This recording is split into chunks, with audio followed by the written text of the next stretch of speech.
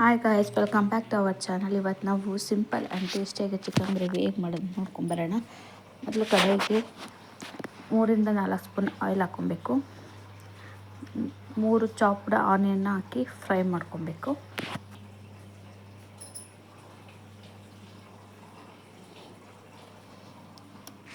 ಇದು ಹಸಿ ವಾಸನೆ ಹೋಗೋ ತನಕ ಚೆನ್ನಾಗಿ ಫ್ರೈ ಮಾಡ್ಕೊಬೇಕು.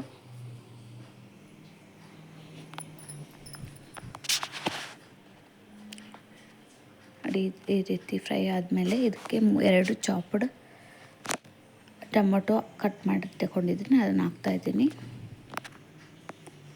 ಚೆನ್ನಾಗಿ ಬಾಡಿಸ್ಕೊಂಡ್ಮೇಲೆ ಅದು ಎಣ್ಣೆ ಥರ ಬಿಡಬೇಕು.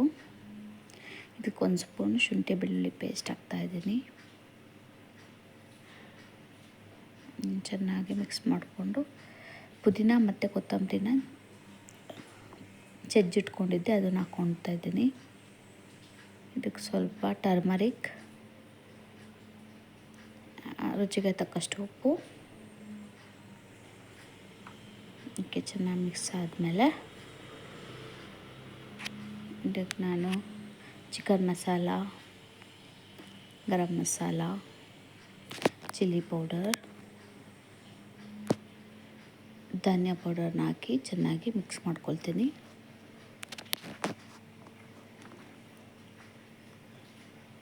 ಇದಕ್ಕೆ ನಾನು ತೊಳೆದಿರೋ ಅರ್ಧ ಕೆಜಿ ಚಿಕನ್ ಆ್ಯಡ್ ಮಾಡ್ಕೊತಾ ಇದ್ದೀನಿ.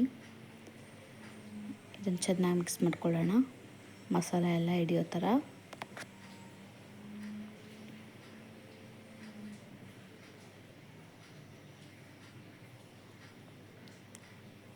ಪ್ಲೇಟ್ ಮುಚ್ಚಿ ಒಂದು 5 ನಿಮಿಷ ಬೇಯಕ್ಕೆ ಬಿಡೋಣ.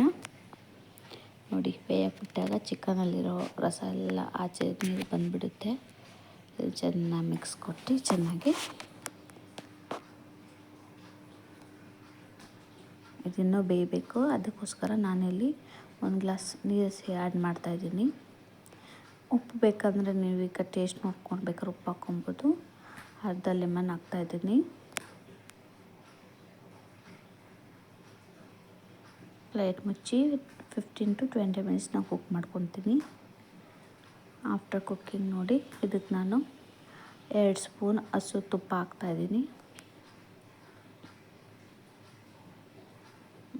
ಇದನ್ನು ಚೆನ್ನಾಗಿ ಮಿಕ್ಸ್ ಮಾಡಿದ್ರೆ ಎಲ್ಲ ಚೆನ್ನಾಗಿ ಕುಕ್ಕಾಗಿದೆ.